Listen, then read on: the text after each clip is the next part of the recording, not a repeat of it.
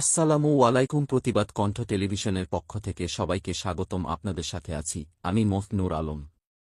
Dinajpur medical college হাসপাতালে রোগীদের ভোগান্তি, দালাল, আনসার ও ঔষধ কোম্পানির প্রতিনিধিদের দৌরাত্ম্য।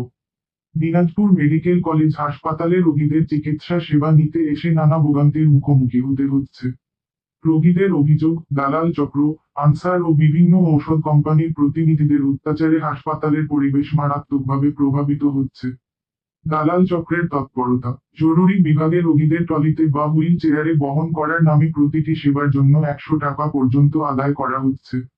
অনেক সময় তারা সতর্ক রোগীদের কাছ থেকেও 50 থেকে 100 টাকা আদায় করছে।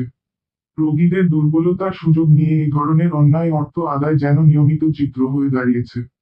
ঔষধ কোম্পানির প্রতিনিধিদের দৌরাত্ম্য, ঔষধ কোম্পানির প্রতিনিধিরা হাসপাতালের ভিতরে রোগীদের উপর চাপ সৃষ্টি করছে। তাদের কার্যকলাপ এতটাই দাপুটে যে আনসার সদস্যদের উপস্থিতিতেও তারা নিজেরা সুবিধাজনক অবস্থানে থাকে। অভিযোগ রয়েছে, পুলিশ আসলে আনসাররা তাদের সরিয়ে দিলেও পরে উপহারস্বরূপ কলম, ঔষধ ও অর্থের বিনিময়ে আবার তাদের কাজ চালিয়ে যেতে সাহায্য করছে। রোগীদের দাবি, দিনাজপুর মেডিকেল কলেজ হাসপাতালে সেবা নিতে আসা মানুষদের একাংশ এই অন্যায় আচরণের বিরুদ্ধে পদক্ষেপ নেওয়ার দাবি জানিয়েছেন।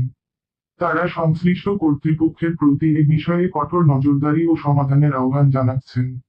আমাদের প্রশ্ন, এই ভোগান্তির মুখোমুখি আপনিও হয়েছেন। দিনাজপুর মেডিকেল কলেজ হাসপাতালে এই সমস্যাগুলোর সমাধানে আমরা মাধ্যমে